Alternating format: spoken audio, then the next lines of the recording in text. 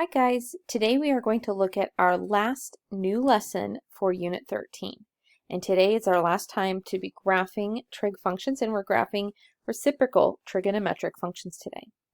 So to start off, we are going to look at how to graph a reciprocal reciprocal trigonometric function, there we go, using a table of values. So your table of values might look like this, where we're putting values of theta down, and then we're putting cosine, which we know is our x, and then we're putting the inverse of cosine. So it's like having 1 over x.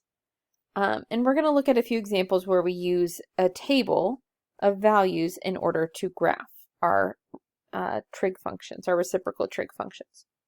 So for this one, we're graphing y equals sine of theta and then y equals cosecant of theta. Well, I am going to go ahead and fill in some important values. There we go. These are kind of our standard points. So with sine, remember you can think about it like the unit circle and say, all right, at 0, sine is just the y coordinate. And so all I want here is this value. So this would be 0. I'm only going to worry about sine right now. At pi over 6, what's the y coordinate? It's 1/2. At pi over 2, it's 1, 0. Oh, sorry, 0, 1. My fault. So this would be 1. I'm just picking these points very arbitrarily. Like there's no rhyme or reason behind the points that I am picking here, just to make that very clear. So 2 pi over 3 would be up here, which would be radical 3 over 2. At pi, it would be a value of 0. 4 pi over 3 would be negative radical 3 over 2. 3 pi over 2 would be negative 1. 11 pi over 6, negative 1/2. And then 2 pi, we're back to 0. Again, no rhyme or reason to why I picked these points, but I would say that you should always use this, and this. These points are going to be our most important and most helpful points. Oh, and 3 pi over 2. There we go. And those are the points that I've labeled on the graph. So let's sketch sine. I'll keep it in red since I've been working in red so far for sine. So I've got 0, 0. And I'm going to just make this be 1 and then negative 1 down here. Pi over 2 is at positive 1. Pi is at 0. 3 pi over 2 is at negative 1. And 2 pi is at 1. I'll go ahead and connect it with a solid line. Some of you need to make sure that you're working on your curves. Some of our graphs are getting a little too like this or like that, like making like a flying bird or something. Make sure that you're making them nice smooth curves all the way. All right, so now we need to find our secant values. So to do that, remember that secant is 1 over the sine value. So if I do 1 over 0, that's going to give me an undefined value because I can't divide by 0. If I do 1 over 1/2, that's just going to give me 2. And I'm going to go through these values pretty quickly because you should have gotten some practice in yesterday. And so I want to make sure, I don't want to spend a whole lot of time talking about how to do 1 divided by 1, which is 1, or 1 divided by radical 3 over 2. I'm going to go through these pretty quickly because we should be feeling a little bit better about how to do this now. So this one would also be undefined. Anytime it's a 0, it's going to be undefined. This one's going to be negative 2 radical 3 over 3. This one's going to be negative 1, and this will be negative 2. All right, so I'm going to start with the values that say undefined. And at those points, what that means is that there is no, if we plug in 0 to secant of theta, we are, oh, that should be cosecant. I'm so sorry. I just realized. I put it correctly up there, just not down here. So cosecant theta. There we go. So anyway, when we take the cosecant of 0, we're going to get an undefined value. So that means that at the value of theta equals 0, we have a vertical asymptote. Anywhere there's a 0, so here as well, we're going to have vertical asymptotes. So in other words, anywhere that the graph of sine crosses the theta axis. There was a point here, so it goes, there's a vertical asymptote. A point here, so a vertical asymptote. Point here, vertical asymptote. Next, I'm going to go to my next, what I would call easiest values. So that would be looking at the 1 and -1. I like those nice whole values. So I'm going to have a value or a point at pi over 2 and 1. And then I'm going to have a point at 3 pi over 2, -1. Okay. So then I'll just start filling in the other values. Pi over 6, which is pretty close to 0. It's definitely less than the pi over 4, so and then 2. So somewhere around here, and then, oh no, positive 2, so it's going to go up here. Be careful, I'm counted by 1/2 here, so it's 1/2, 1, 1 1/2, 2. So make sure you pay attention to what you're counting by. 2 radical 3 over 3, that's going to be more than 1. So I'm going to come over here, and it's going to be more like about here. And when I graph this, what's going to happen is it's going to look like I have a parabola. And it's not a perfect shape, but this is just kind of me guesstimating with that -2, or with that, sorry, with this positive 2 radical 3 over 3.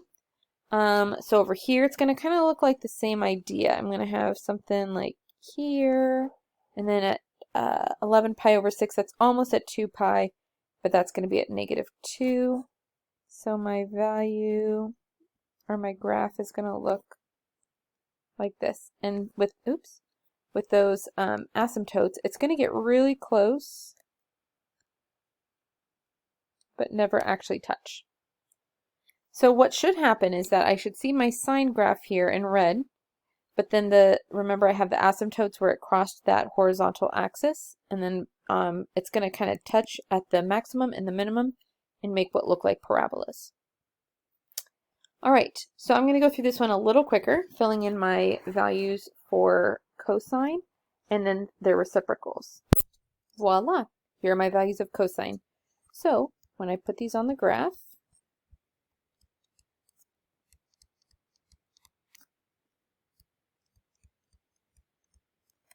I'm going to have 0, 1,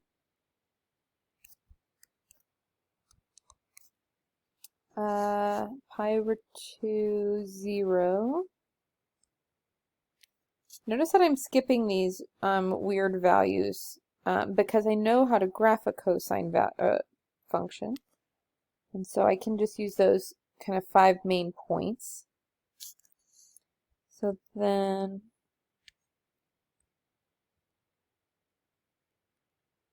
it's going to look like that. So then for the secant values, we need to change those around. So when I do 1 over each of these, I'm going to get 1, 2 radical 3 over 3, undefined. That'll give me, oops, what just happened? That'll give me 2, -1, -2, undefined. That'll give me -2 radical 3 over 3, and 1. All right, so I'm going to start again by graphing my undefined because that tells me that at the point pi over 2 on the x-axis, my theta, or sorry, my y, I mean, is undefined. So there's no value of y when pi, or when theta equals pi over 2. Sorry, I guess I shouldn't try to draw and talk at the same time. All right, so I took care of those points.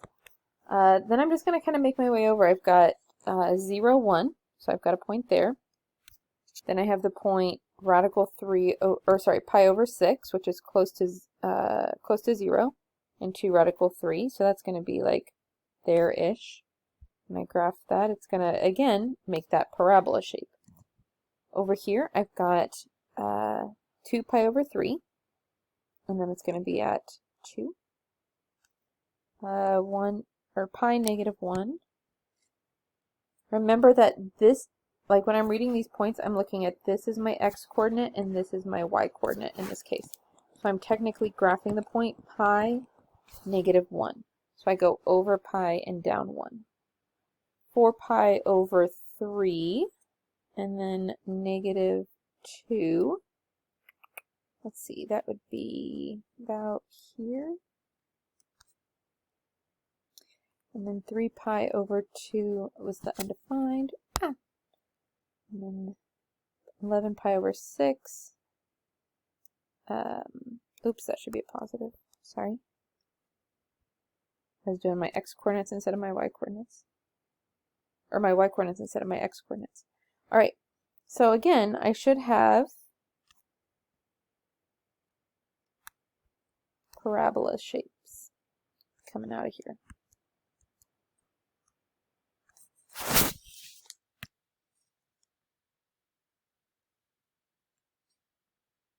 There we go. All right, one more. Tangent. I'm going to fill in these. Actually, let's skip that because I don't like this table method, right? You're probably sitting there going, why in the world are we doing this method? What we're going to do is notice that there's a pattern happening. For the cosecant and the secant functions, there are vertical asymptotes where their respective reciprocal function equals 0. So looking back here, wherever the function, the original function, cosine or sine, crossed the theta axis, we had a vertical asymptote. So when we graph these, anywhere there's a crossing the horizontal axis, there is a vertical asymptote there. And then there are the U shapes, or the parabola shapes, at the maximums and the minimums. And what you would see, I'm doing this for the sake of time, I'm kind of skipping the tangent function, but for the sake of time, what we would see is a similar pattern happening. Anywhere that the tangent function equals 0, and we know that it would look something like, the tangent function would look something like this. This is just the basic function y equals tangent. Anywhere that the tangent function equals 0, same rules apply. There is a vertical asymptote happening. So our vertical asymptote basically just shifts from here to where the tangent function crosses the theta axis. And it then moves in the opposite direction to the tangent function. So whereas the tangent function was going like this, the cotangent function is going to look like this. It's going to look like the negative of the tangent function. So these are our general rules. If we were in a classroom, I would probably go through this one more in depth with you, but for the sake of time today, I do want to move on. So what we're going to do when we're asked to sketch a graph is to look at the reciprocal function. So I'm going to graph y equals tangent of 2 theta. And I'm not going to use a table this time. I'm just going to use what I know.